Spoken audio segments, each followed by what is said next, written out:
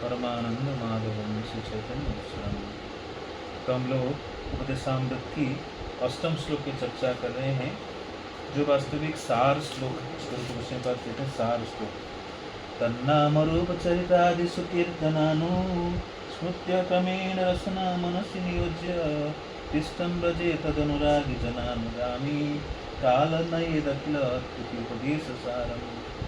सारे उपदेश के सार यही है कि दिन 24 घंटा मिलता है और 24 घंटों में भगवान की स्मरण किया जाए, और इसके लिए हम जिह्वा और मन को प्रयोग करें, जिह्वा और मन।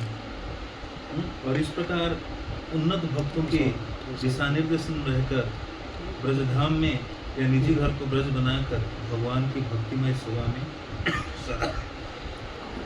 सदा लगे रहें। तो इस प्रसंग को हम चर्चा कर रहे थे प्रभुपाद के तात्पर्य के आधार पर, और हम लोग पिछली बार भगवद गीता के 8वें अध्याय के 5वें श्लोक की चर्चा कर रहे थे। अंतकाले च मामेव स्मरन् उक्त्वा कलेवरम जप्रयाति समदभागम याति नास्त्यत संशयः। कि जीवन के अंतकाल में केवल मेरा स्मरण करते हुए जो शरीर छोड़ता है वो तुरंत ही मेरी स्वभाव को प्राप्त करता है, इसमें रंच मात्र कोई संदेह नहीं है। तो मैं पिछली बार बताया था कि हमें वास्तविक इन श्लोकों पे थोड़ा कुछ चर्चाएं करेंगे जो हमारी व्यावहारिक है। इसी से संबंधित श्लोकों को हम चर्चा कर रहे हैं कि जीवन के लक्ष्य है भक्तिमय अभ्यास के दौरान किसी हमारे कृष्ण स्मरण हो। विज्ञान, भक्तिमय विज्ञान कृष्ण स्मरण की है। तो स्मरण के लिए सबसे महत्वपूर्ण क्या आवश्यक पड़ती है? मन। अनादिकाल से हमारा मन कितने सारे सांसारिक चीज़ों में लगा रहता है। भगवान का स्मरण करना स्वाभाविक नहीं होता है, लेकिन अभ्यास करना है। जो भी शास्त्र पढ़ते हैं, जो भी ग्रंथ पढ़ते हैं, जो भी साधु संग करते हैं, तो जो भी श्रवण करते हैं, इन सब से जो भी हमें प्राप्त होता है, इसी में हमारी मन को ट्रेनिंग करे, इन विषयों पे मन रहे और कहीं स्थान पे ना जाए। लेकिन अभी जो प्रारंभिक समय मन लगता नहीं, इधर उधर चला जाता है। लेकिन अभ्यास करना, अभ्यास से सब कुछ संभव हो सकता है। भगवान जब अर्जुन को पूछा, अर्जुन बोले चंचल ही मन कृष्ण प्रमादि बलवत् दृढ़, कि हे कृष्ण, ये मन को लगाना बड़ी कठिन है। लेकिन भगवान कहते हैं अभ्यास न वैराग्य, अभ्यास और वैराग्य के द्वारा तुम मन को धीरे धीरे नियंत्रण कर सकते हो। तो योगाभ्यास के एक लक्ष्य है कैसे मन को शुद्ध कर जाए, यही चीज़ों में लगे। बड़ी आसान नहीं होता, बड़ा कठिन होता है, अभ्यास करना पड़ता है। तो नाम रूप गुण लीलादि स्मरण करे, उपदेशों में भी स्मरण करे। तो ऐसे धीरे धीरे क्या होगा? भगवान की विरह अनुभव होगा। जैसे चैतन्य महाप्रभु विरह अनुभव करते भगवान के लिए। संसार अच्छा नहीं लगेगा, भगवान के साथ ही अच्छा लगेगा। तो आज हम और एक श्लोक ले रहे हैं, उसका अगला श्लोक जो संबंधित है। जन जन वापि स्मरण भावम त्यजन्ति अन्ते कलेवरम तं त्यमे वेति कौन्तेय तदा सदा तद्भाव भावित। हे कुंती पुत्र, शरीर त्याग के समय मनुष्य जिस जिस भाव का स्मरण करता है वह उस भाव को निश्चित रूप से प्राप्त करता है। यहाँ पर मृत्यु के समय अपना स्वभाव बदलने की विधि का वर्णन है। व्यक्ति का स्वभाव बदलता नहीं, कहते प्रकृति नैव मुच्यते यदि मुच्यते शनैः शनैः। इस स्वभाव बदलना बड़ी कठिन है, इसलिए कुछ लोग भक्ति करके छोड़ देते हैं कि अभ्यास बड़ा कठिन कार्य है। अभ्यास करना, अभ्यास करना, अभ्यास करना, अभ्यास से स्वाभाविक स्थिति आता है। स्वभाव वस्तु प्रवृत्ति, स्वभाव बदलता नहीं है, लेकिन अभ्यास से सब संभव है।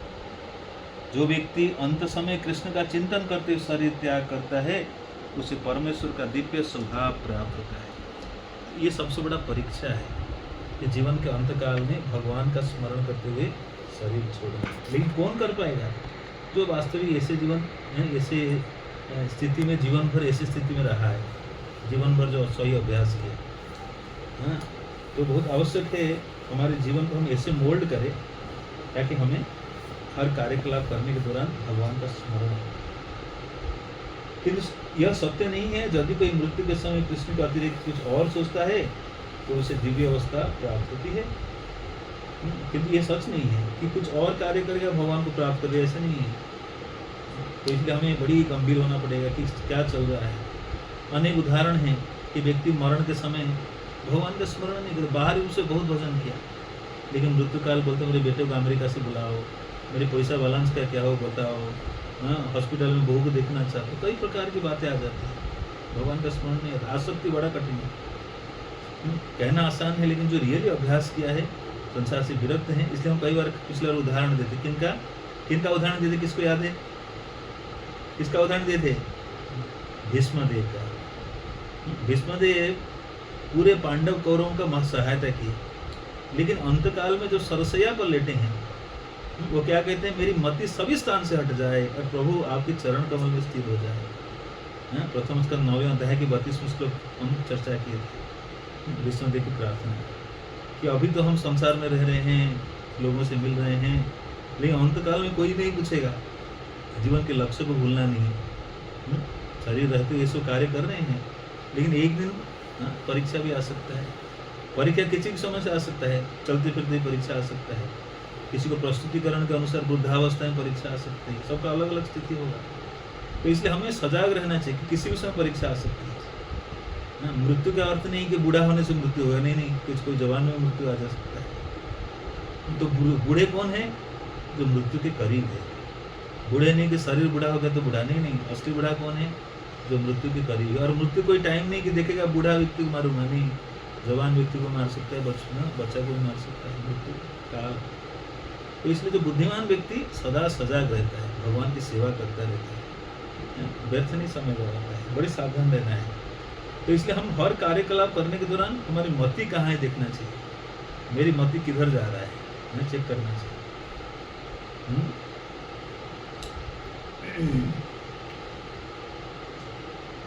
किंतु ये सत्य नहीं है। यदि कोई, मैं पढ़ रहा हूँ भगवद गीता के 8वें अध्याय के 6ठे श्लोक की तात्पर्य पढ़ रहा हूँ।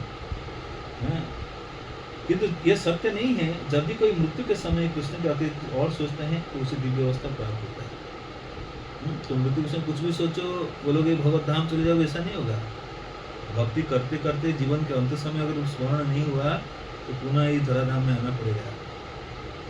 कई बार प्रभुपाद के शिष्य लोग प्रभुपाद से पूछे कि प्रभुपाद हम जीवन भर भक्ति किए, मान के चलो अंतकाल में स्मरण नहीं हुआ तो क्या होगा?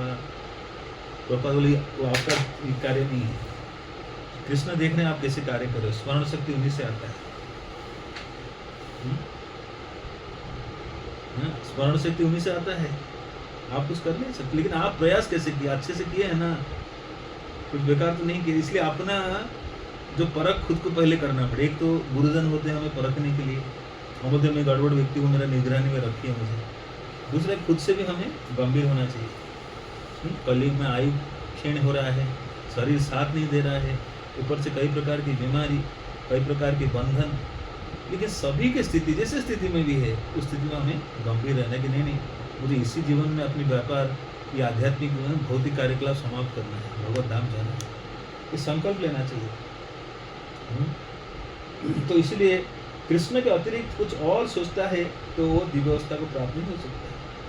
हमें इस बात पर विशेष ध्यान देना चाहिए। तो फिर कोई मन की सही अवस्था में किस प्रकार मरे? महापुरुष होते हुए भी महाराज भरत ने मृत्यु के समय एक हिरण का चिंतन किया। तो प्रभुपाद तुरंत चिंता करते हैं जड़ भरत महाराज बहुत महान भक्त थे, भाव अवस्था में थे, लेकिन व्यक्ति भाव अवस्था में पतन हो सकता है। तो हम सब तो भाव अवस्था अनर्थ वाला अवस्था में गुजर रहे हैं। भाव अवस्था अगर ऐसी स्थिति है तो अनर्थ अवस्था में क्या होगा? बड़ी सावधान होना चाहिए। तो जड़ भरत महाराज, भरत महाराज, जड़ भरत नहीं भरत महाराज बड़े आदर्श राजा थे। घर त्याग दे, परिवार त्याग दे, एकांत स्थान नेपाल में चले गए जंगल के अंदर, लेकिन हिरण का शिकार है ना, हिरण के प्रति आसक्त हो गए। तो इसलिए ऐसे मत सोच लीजिए बढ़िया भक्ति चल रहे हैं मैं तो भाई कर लूँगा, ऐसे मत सोचिए। हमेशा भक्ति सोचें भक्ति अच्छा हो नहीं पा रहा है, कब कर पाऊँगा? भले आप अच्छा कर रहे हैं, दिन भर व्यस्त रहते हैं कार्यकलाप में, लेकिन भावना कभी प्राइड वाला ना हो, हमेशा विनम्र होना चाहिए। महाप्रभु यही भाव रखते थे। क्या महाप्रभु कहते थे? नाम नामकारी बहुधा निज सर्वशक्ति तत्रार्पित नियमित स्मरणेन काल यदादृशि तव कृपा भगवन् ममापि दुर्देव मित्र सुनिय जनिना निवाद। तो महाप्रभु कहते थे कि प्रभु आप नाम में सारे शक्ति दे दिए, लेकिन मैं इतना अभागा हूँ कि नाम में रुचि उत्पन्न नहीं हो रहा है। इसका अर्थ क्या है? महाप्रभु जो परम भक्त है वो कहते नाम में रुचि नहीं, इसका क्या अर्थ है? वो तो ज़्यादा प्रेम है, ज़्यादा लगाव है। तो महाप्रभु जानते कि संसारी व्यक्ति थोड़ा अच्छा नाम कर लिया तो अहंकार आ जाएगा, अगला दिन कर नहीं पाएगा, इसलिए उसके अंदर सदा कैसे विनम्रता भाव आए। तो बोला महाप्रभु बोले नाम में रुचि नहीं है, अर्जुन बोल रहे मेरा मन भटक रहा है, तो हमारा तो हाल करा। नहीं नहीं, ऐसी बात नहीं है। भगवान इसलिए बोल रहे विनम्र रखने के लिए। महाप्रभु भक्ति सिखाने आए हैं कि जानते संसारी व्यक्ति कुछ अच्छा करेगा तो उसके अंदर अहंकार आ जाएगा, उसके अंदर विनम्रता रखना बहुत आवश्यक है। तो इसलिए भरत महाराज हिरण का स्मरण करते करते हिरण का शरीर को प्राप्त किया। तो इसलिए नहीं कि ऐसे मत सोचिए कि भक्ति बड़ा अच्छा चल रहा है, मैं तो गारंटेड भगवत धाम चला जाऊंगा। और वे लोग सीना ठोके दुनिया को बोलते नहीं, भगवान पे आश्रित, भक्ति कृपा के मार्ग है, हमारे हाथ में कुछ नहीं। जसोदा माई भगवान को बांधने का प्रयास कर रही थी, लेकिन क्या खुद बांध पाएगी? तुम तो भगवान नहीं चाहेंगे, नहीं। प्रयास कर रही थी, प्रयास करते भगवान देख ली, कृपा दे दी कि नहीं मेरी माँ बहुत बांधने की प्रयास कर रही। इसलिए हम कृपा पे आश्रित थे। तो कृपा को जाने नहीं देना है, कृपा के जो पात्र को टाइट पकड़ के रखना है ताकि कृपा फिसल न जाए। तो इसलिए साधु गुरु वैष्णव के संग में रहते हैं कृपा लाभ करने के लिए। तो इसलिए जो व्यक्ति सप्तगुणी है वही कृष्ण का स्मरण सही रूप में कर पाता है। रजोगुणी तमोगुणी व्यक्ति स्मरण करना कठिन है। इसलिए भगवान ये दो श्लोकों को वर्णन करके अगला श्लोक बताते हैं, तस्मात् सर्वेषु कालेषु माम् अनुस्मर युद्ध च मयर्पित मनोबुद्धि मां विश्वसि असंशय। तो इसलिए भगवान कहते हैं हर अवस्था में कम से कम साधन अवस्था से शुरू करना है और दिन भर को ऐसे मोल्ड करना है कि मन में और कोई चीज़ नहीं चल रहा है, भक्तिमय कार्य चल रहा है, भगवान का स्मरण चल रहा है। इसलिए भगवान के आदेश दे तस्मात् सर्वेषु कालेषु, क्या बोल रहे हैं? सभी कालों में, सभी समय में। तो आज के श्लोक जो उपदेशामृत की वही बोल रहा है कि सारे शिक्षा के सारे ही है, सभी समय ऐसे व्यतीत होना चाहिए। और कृष्ण भी यही उपदेश दे रहे हैं, क्या? तस्मात् सर्वेषु कालेषु माम् अनुस्मर, सभी अवस्था में मेरी स्मरण करके युद्ध करो। और चैतन्य महाप्रभु यही उपदेश देते, क्या? भगवान कृष्ण के उपदेश से सब समय स्मरण करो। और चैतन्य महाप्रभु इसको क्या बोलते हैं? कीर्तन या सदा है, सब समय कीर्तन करो, मेरे नाम सेवा करो, मेरे गुण कीर्तन करो, रूप कीर्तन। कीर्तन खाली नहीं, हरिनाम कीर्तन। कीर्तन में गुण कीर्तन, रूप कीर्तन, लीला कीर्तन, सब प्रकार के कीर्तन है। नाम कीर्तन तो है ही, लेकिन बाकी कीर्तन भी होना चाहिए। तो ये सारे कीर्तन क्या करेगा ना, भगवान का स्मरण दिलाएगा। तो फिर व्यक्ति स्वाभाविक रूप से जब बहुत दिन तक अभ्यास करेगा, स्वाभाविक रूप से मति कृष्ण स्मरण में ही लग जाएगा। तो how a devotee does Krishna स्मरण, you have understand the science. विज्ञान को हमें समझना है कि भक्त कृष्ण स्मरण कैसे करता है, कैसे करता है, कौन बताएगा? Let's hear from you first. Prabhupada के शब्दों में, like a devotee drinks water, he what he says, Krishna is the taste of water, Krishna जल की स्वाद है। तो कृष्ण अपने ऐश्वर्य को अलग अलग प्रकार से व्यक्त करते हैं, भगवत गीता। तो इसी को शुरुआत ही करते हैं, अभ्यास यहीं से शुरू करते हैं। भक्त संसार में जो भी वस्तु देखता है कैसे कृष्ण से संबंधित करता है। Krishna is present everywhere, but how we are connecting in a Krishna conscious way. Prabhupada अपने शिष्यों को ऐसे प्रशिक्षण कराते थे कि देखो ये बर्फ जम गया है, ये देख के आपको क्या स्मरण हो रहा है, कृष्ण का कैसे स्मरण हो रहा है? प्रभुपाद क्या बोले? शिष्य बोले तो बर्फ है। प्रभुपाद क्या उदाहरण दिए? ये जल का स्वभाव है, पत्थर हो जाना, जल अपने स्वभाव नहीं छोड़ते। प्रभुपाद बोले हमारे हृदय भी इससे पाषाण हो गया है, पिघलता नहीं है। तो आचार्यगण ऐसे दृष्टि देते हैं कृष्ण स्मरण। जैसे आप घर के सामने देख रहे हैं, क्या देख रहे हैं? राम नाम सत्य, कोई डेड बॉडी चार क्या बोलते हैं उसको, किस में लेके जाते हैं? आरती में लेके जा रहे हैं। क्या स्मरण आना चाहिए? कृष्ण का स्मरण। जन्म मृत्यु जरा व्याधि दुख दोषानुग्रस्त, कहीं ना कहीं प्रकार से कृष्ण का स्मरण होना चाहिए। और इस प्रकार लिखना चाहिए कैसे कृष्ण स्मरण होगा संसार के हर स्थिति को देखकर। कृष्ण स्मरण एक कला है, खाली स्मरण थ्योरी नहीं रखी है, इस पर प्रैक्टिकल इस प्रकार करते हैं। भगवान गीता में भी अनेक उपदेश देते हैं कि सूरज को देख रहे हो, चंद्रमा को देख रहे हो, क्या स्मरण होना चाहिए? ये क्या है सूरज चंद्रमा? भगवान के आंख है। When you see something, you connect to Krishna like. तो यही कृष्ण स्मरण, तो यहीं से शुरू होता है। बाद में फिर भगवान की लीला पढ़ते हैं, गुण पढ़ते हैं, इसलिए हम डिवोटी से निवेदन करते हैं कि आप जो श्रवण करते हैं ना, श्रवण करने के बाद कान बंद मत करिए, मन को बंद मत करिए, एक्टिव रखिए। उसके बाद प्रसाद पाते हैं, कहीं जाते हैं, उसके दौरान आपका मन में क्या चल रहा है, क्या जो पढ़े थे सुने थे वो याद आ रहा है कि नहीं आ रहा है, ना ब्लैंक माइंड है, एम्प्टी माइंड, ऐसे नहीं होना चाहिए। आप सुनने के बाद या पढ़ने के बाद मन खाली नहीं रहना चाहिए, उसके बाद ही असली स्मरण होता है ना। उस समय आप क्या करते हैं? हम तो क्लास खत्म हो गया, मौज मस्ती करेंगे, खाएंगे, सो जाएंगे, लोगों का यही आदत रहता है। लेकिन असल में कुछ समय आगे निकालना चाहिए। क्या करना चाहिए? आज क्या पढ़ाया गया था, क्या सुना था मैंने, उसको मुझे अभ्यास करना चाहिए, नहीं तो होगा नहीं। हमारी माइंड ऐसे ही है, क्लास में अच्छे से सुनेगा नहीं, नोट बनाएगा नहीं, और जो सुना कितना गया कितना बाहर निकल गया, फिर बाद में अगर अभ्यास नहीं करेगा तो पूरा ब्लैंक माइंड है। ये साधना है एक्चुअली। खाली सुनने से कुछ जाएगा नहीं, मन को संसार भर में घूम रहा है। जो श्रवण चलते हैं हमारे मत कहीं और है, दुनिया भर घूम रहा है, ऑफिस में क्या हुआ था, ये क्या हुआ था, उसके बाद क्या करूँगा, कई प्रकार के प्लान चलाता है माइंड। लेकिन इससे सत्वगुण बहुत आवश्यक है। इसलिए भक्तों को कहा जाता है कि श्रवण के समय कुछ और कार्य ना करें, एक्सक्लूसिव हियरिंग। और श्रवण से पहले माइंड को ट्रेन कर ले, शुद्ध रखे थोड़ा। कभी कभी लोग ऑफिस से आते हैं थका थुके, शरीर अलाउ नहीं करता है सुनने के लिए, इस अवस्था में क्या कहाँ सुनेंगे आप?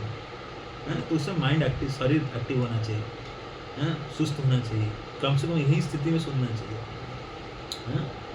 तो ये अभ्यास नहीं करेंगे तो कुछ नहीं होगा। क्लास भी सुने, कोई क्लास सुनने के बाद सब ड्रेन आउट, सब बाहर, कुछ याद नहीं रहेगा, तो जीवन बदल नहीं पाएगा। इसलिए आचार्यगण कहते हैं संसार की हर वस्तु देख के हमें कृष्ण की याद आना चाहिए, शास्त्र के अनुसार, साधु दृष्टि के अनुसार, ज्ञान दृष्टि के अनुसार स्मरण आना चाहिए, उसको लिखना चाहिए। इस प्रकार अभ्यास करेंगे तो फिर मन ट्रेंड हो जाएगा। जो भी देखेगा वस्तु कुछ ना कुछ याद आएगा। जैसे धाम में जा रहे हैं, पेड़ को देख रहे हैं, पौधे को देख रहे हैं, धूल को देख रहे हैं, भगवान के विग्रह, हर जगह देखेंगे भगवान को कहीं ना कहीं कनेक्ट करेंगे। अरे ये धूली के बारे में शास्त्र में बोला गया है, भक्त पद धूली। तो हर चीज को कनेक्ट करना, ये स्मरण में। ये करेंगे नहीं तो फिर खाली बाहरी खाना पीना मौज मस्ती में लग जाते हैं भक्त, और जीवन के देखते देखते चरम स्थिति आ जाता है, कुछ याद समझ ही नहीं आया, भक्ति क्या किया नहीं किया वो समझ नहीं आ रहा है। तो इसलिए हर प्रकार से प्रभुपाद जो उपदेश दे रहे हैं, इसको प्रतिदिन हमें ट्रेन करना है, अभ्यास करना है। अभ्यास योगयुक्तेन चेतसा नाम न गामिना, गीता में भगवान कहते छठे अध्याय में। तो इसका अभ्यास करना है कि मति और कहीं नहीं जाए, भगवान में रहे, उपदेशों में रहे, स्मरण में रहे, लीला में रहे, रूप में रहे। तो खाली भक्ति में खाना पीना भागा दौड़ी करना नहीं है, इसे अभ्यास करना है। और इसी प्रकार धीरे धीरे मति लगता है। भगवान कहते हैं मति लग गया किसी का, भगवान क्या लग गया, मतलब क्या लग गया, अटक नहीं जाता है। उस मति में क्या चल रहा है, क्या भावना में चल रहा है, भगवान बसे हैं ना कुछ और बसे हैं। तो इस प्रकार जो कोई व्यक्ति करेगा, प्रारंभिक इस प्रकार की ट्रेनिंग, परवर्ती अवस्था में क्या है, जो भी ग्रंथ पढ़ेंगे, कुछ पढ़ेंगे, इस याद आना चाहिए। बहुत सुंदर प्रसंग है किनका, आइंद्र प्रभु। आइंद्र प्रभु जो प्रारंभिक समय आए थे वृंदावन में, तो रात्रि में प्रभुपाद आदेश देते क्या कृष्ण बुक पढ़ना है। कृष्ण बुक पढ़ के सोते थे, रात्रि में उनको सपना खाली कृष्ण बलराम जी का आता था। प्रभुपाद स्वयं अपने जीवन चरित्र में बताते हैं कि मैं जो छोटा था तो मेरे घर वाले, परिवार वाले मुझे ले जाते रामायण वगैरह दिखाने के लिए, गाँव में जैसे होता था रामलीला। तो मैं जो रात को आके सोता था, मुझे वही रामलीला ही दिखता था सपने में। तो सपने में, जागरण में, सभी अवस्था में ये सब हो रहा है, तो भक्ति में अच्छा स्थिति में है। खाली ब्लैंक है, खाली खाना पीना याद आ रहा है, तो मतलब पशुवत जीवन है। तो हमें सजाग होना चाहिए, भक्ति की कलाओं को सीखना चाहिए भक्तजनों से, और उसी के अनुसार जीवन निर्वाह करना चाहिए। तो इसलिए हमें करना क्या है कि श्रवण करना है। श्रवण के बाद प्लग इन प्लग आउट नहीं करना है। उसके बाद बैठे 10 मिनट बैठे, 15 मिनट बैठे, क्या चर्चा हुआ उस पॉइंट को नोट करिए, और मुझे क्या क्या संकल्प लेना है आज के अनुसार, क्या कैसे मुझे करना है, ये कलाएं कैसी होती है भगवान को स्मरण करने की। तो फिर धीरे धीरे अभ्यास जब करेंगे फिर स्वाभाविक होने लगेगा। नहीं तो लोग क्या करते हैं, प्रैक्टिस की माला हो गया, साधना कार्ड भर दिए, कि वो सही ढंग से नहीं कर रहे हैं। तो इसलिए अभ्यास करना जरूरी है, नहीं तो ऐसे बदलेगा नहीं जीवन, ऐसे ही चलता रहेगा, कुछ बदलाव नहीं है। तो लोग बोलते बहुत घूम लिया, बहुत तीर्थ कर लिया, कुछ नहीं हुआ, सब ब्लांक। तो जैसे कि तैसे कुछ सुधार नहीं हो रहा। तीर्थ में गया, फोटो खींच लिया, टिक्की गोलगप्पा खा लिया, फिर जैसे कि तैसे कुछ बदला नहीं। तो सावधान होना चाहिए।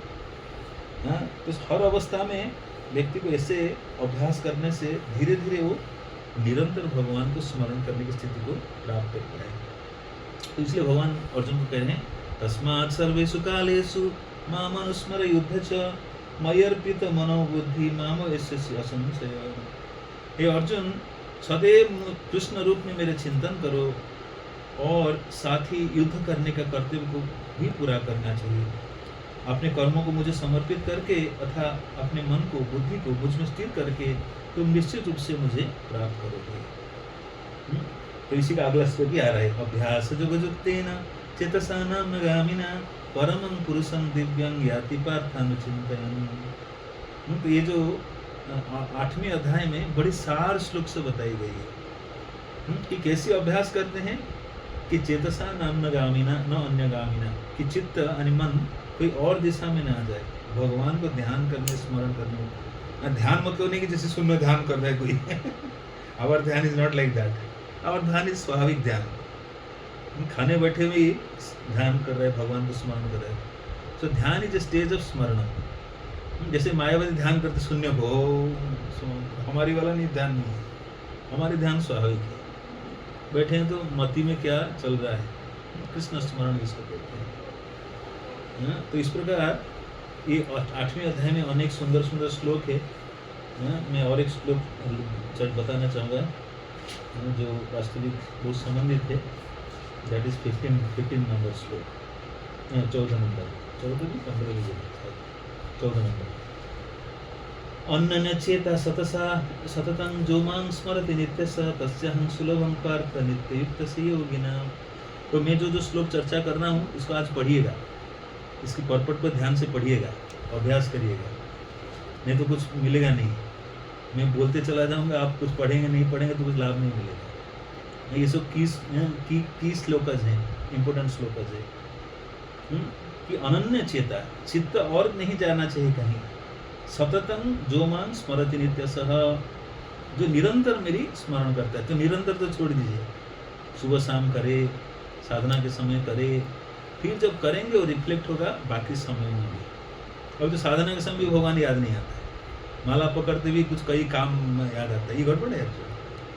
तो अभ्यास होना चाहिए कि उस समय यही करूँगा, exclusive I am Krishna life. इसलिए भूरिजन प्रभुपाद के शिष्य शुरू किए अलोन विद कृष्ण, कि कृष्ण के साथ जैसे बैठे क्या क्या आपको याद आ रहा है।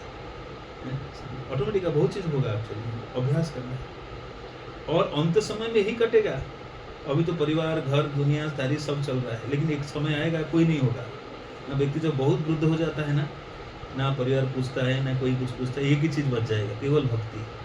हाथ पैर भी नहीं चलेगा, ना श्रवण करेगा और भगवान को स्मरण कर आनंदित होगा आप चलिए, क्योंकि वो स्थिति को प्राप्त कर लिया है। इसको भी इस व्यक्ति को मुक्त कहते हैं, वो शरीर से प्रभावित नहीं। सब जो गीता भागवतम को आत्मसात किया है वो अंतकाल में कार्य आता है, वही आनंद प्रदान करता है। जैसे भगवान गीता में क्या कहते हैं 2:13, देहिनस्मिन् यथा देहे कौमारण्य वनं जरा तथा देहांतर प्राप्ति धीरस्तत्र मन्यते। जो धीर व्यक्ति है, धीर व्यक्ति किसको कहते हैं? जो शरीर पीड़ा हुआ, कठिनाई आया, बीमार हुआ, वृद्ध हो गया, विचलित नहीं, ये शरीर में तो बदलाव आएगी, मुझे अंदरूनी काम जारी रखना है, उसको धीर कहते हैं। नहीं तो बूढ़ा हो गया, मेरे नाती पोती पूछ नहीं रहे, बेटा बहू पूछ नहीं रहे, कुछ लोग ऐसे होते हैं ना, अरे नहीं पूछे, तुम जो करने है वो करो ना, वो पूछा नहीं पूछा तो क्या करना है? आपको जो करके आनंदित होना है वो तो आपको बस दे दिया गया ना, खजाना, वो करो ना।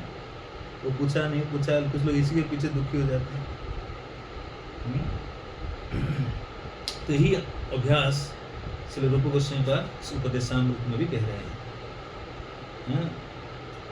तो वो बताते हैं कि मृत्यु के समय व्यक्ति के स्मरण के अनुसार उसका अगला जीवन निर्धारित होता है, और व्यक्ति जब जाता है सूक्ष्म शरीर, मन बुद्धि अहंकार जो है उसी को लेकर जाता है। तो क्या सोचता है वो बहुत मायने रखता है। उसके सोच के अनुसार, विचार के अनुसार, मन स्थिति के अनुसार उसका अगला शरीर प्राप्त होता है। तो इसलिए हम अगर कृष्ण का स्मरण करते हैं, कृष्ण की सेवा, कृष्ण की नाम रूप गुण लीला, कृष्ण से प्रेम करना, अलग अलग प्रकार से प्रभुपाद बता रहे हैं, तो क्या होगा, हम स्वाभाविक रूप से सूक्ष्म शरीर में भी आनंदित रहेंगे। तो लोग बाह्य शरीर में बहुत ट्रबल होता है, अगर अंदरूनी जगत में आनंद है ना, सूक्ष्म शरीर में, तो बाह्य शरीर उतना परेशान नहीं करेगा। ये अभ्यास हमें करना है एक्चुअली। तो इसको धीरे धीरे प्रभुपाद और विस्तार करेंगे, हम चर्चा करेंगे आगे। तो इसको और 1-2 क्लास लगेगा इसको पूर्ण करने में, क्योंकि ये जरूरी नहीं हम फटाफट खत्म कर ले, उसको आस्वादन करें, अभ्यास करें, कैसे जीवन में इम्प्लीमेंट करें, उसको जरूरी है ज़्यादा। Okay, I will stop here. Any questions anyone can ask? किसी कोई प्रश्न है तो पूछ सकते हैं।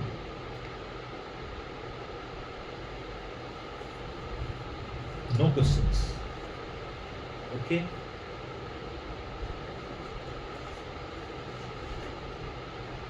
कौन बताएंगे आज क्या सुने, क्या समझे? Would like to share something?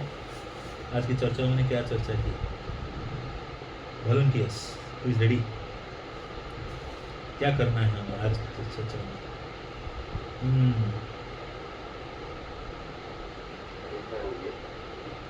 कहाँ से आवाज आ रही है?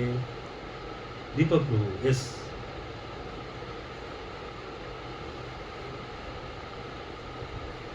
बताइए, कुछ बोल रहे हैं?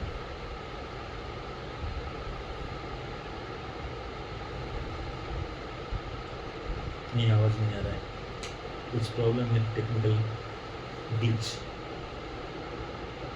सो anyone more before we wind up? आपका आवाज नहीं आ रहा है बिल्कुल, तो आप म्यूटेड हैं।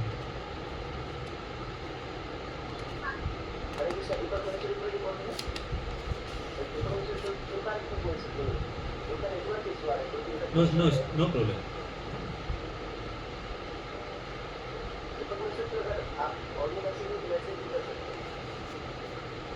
टेक्स्ट मैसेज आप वीडियो ऑफ रखिए, क्योंकि आपके नेटवर्क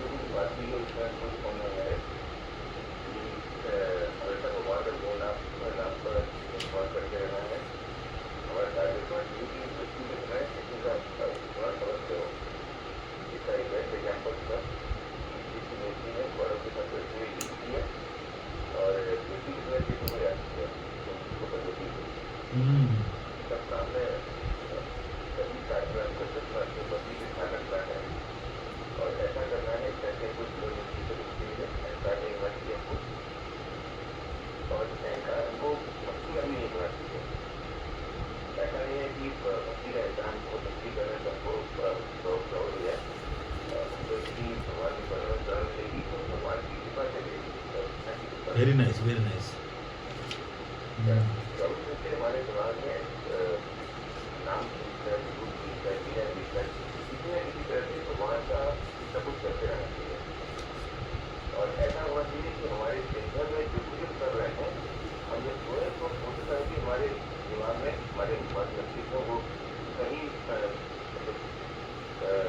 कृष्ण वास करे,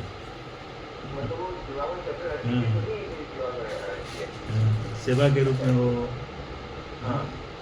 अलग अलग प्रकार से।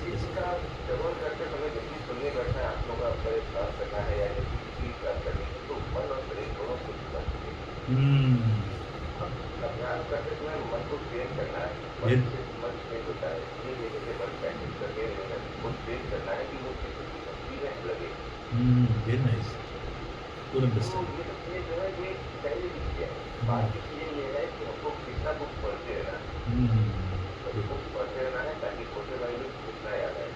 पढ़ना नहीं, पीना है इसको। पढ़ना मतलब न्यूज़पेपर वाला पढ़ता है ना,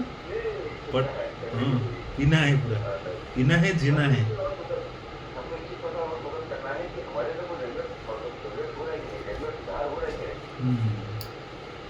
बाहर क्लास शुरू हो गई।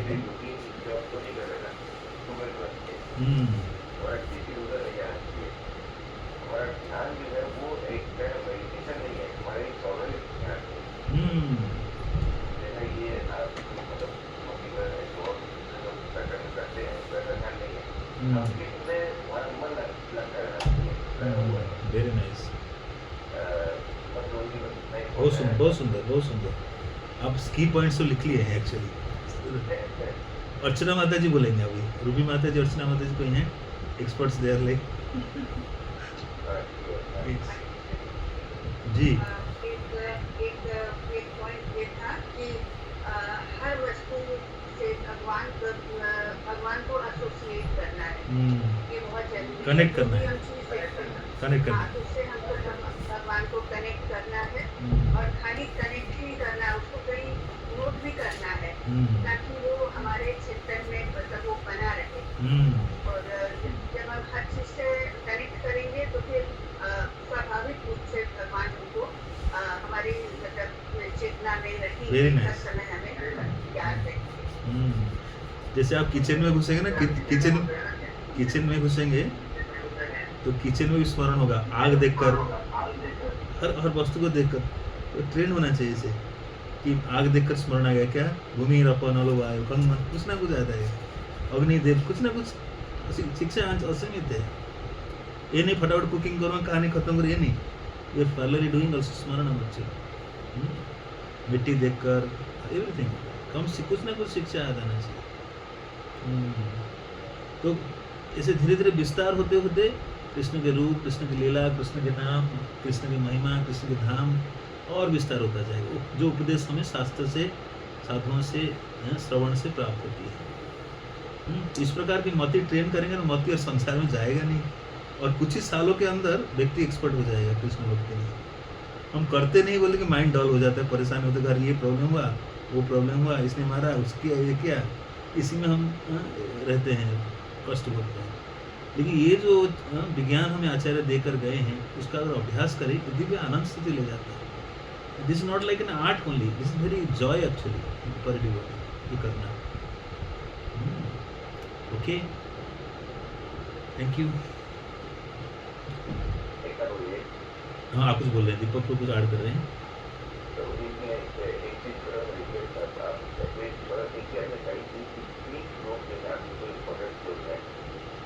दोबारा बोलूं? 8वें अध्याय के 5वें श्लोक 8.5, 8.6 8.14,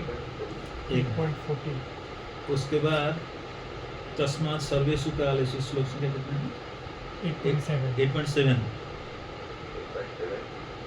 फिर 8.8 अभ्यास जोग युक्तेन चेतसा नाम्ना गामिना, फिर आ जाएगा 8.14।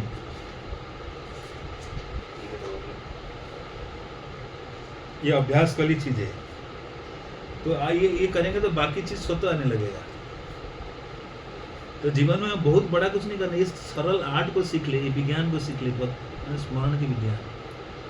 ऐसे तो बहुत विस्तार से अलग अलग प्रकार से हैं, लेकिन कुछ कुछ चीज सीखें और उसको अभ्यास करें। ठीक है?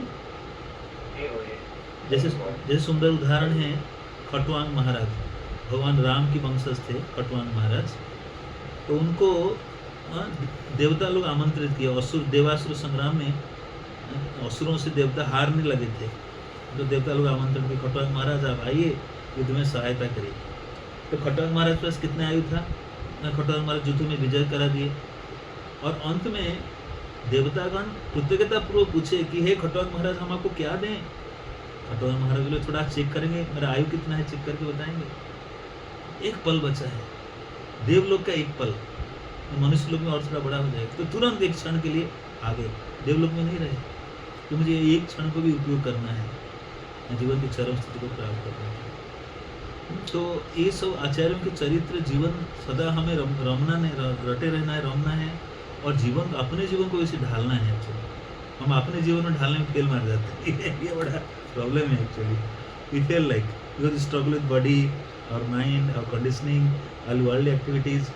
समय बढ़ने के साथ ये जो घटना चाहिए है ना, समय बढ़ने के साथ हम संसारिक कार्यकलाप बढ़ा देते हैं, लेकिन शास्त्र कहते हैं संसारिक कार्यकलाप घटना चाहिए, आध्यात्मिक कार्यकलाप बढ़ना चाहिए।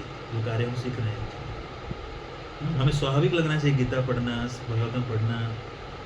एक भक्त बताए गोस्वामी लोग जब मिलते थे यही करते थे। रूप गोस्वामी पद अपने भजन स्थल में रहते थे, सनातन गोस्वामी अपने भजन स्थल में रहते थे, कहीं पर मिलते तो आध्यात्मिक चर्चाएं करते थे। ये नहीं पूछते रूप आज 16 माला हो गया तो गीता पढ़ा था, एक वक्त बोले नहीं, ऐसे नहीं पूछते हैं वो।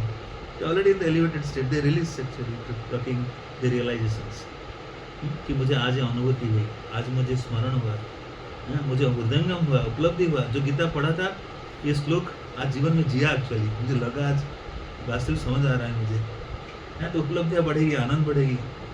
ये तो शुष्क लगेगा, कोई लोग बोलते हैं गीता पढ़ के समझ नहीं आया, ये पढ़ना छोड़ देते हैं, रुचि नहीं आता है। इसलिए भक्तों से हम कलाएं सीखते हैं कि कैसे वो पढ़ते हैं, हमें कैसे पढ़ना चाहिए। ठीक है, stop here, time is have taken too much. Thank you so much. Srila Prabhupada की जय, अनंत कोटि वैष्णव भगवान की जय। Thank you so much, Prabhu.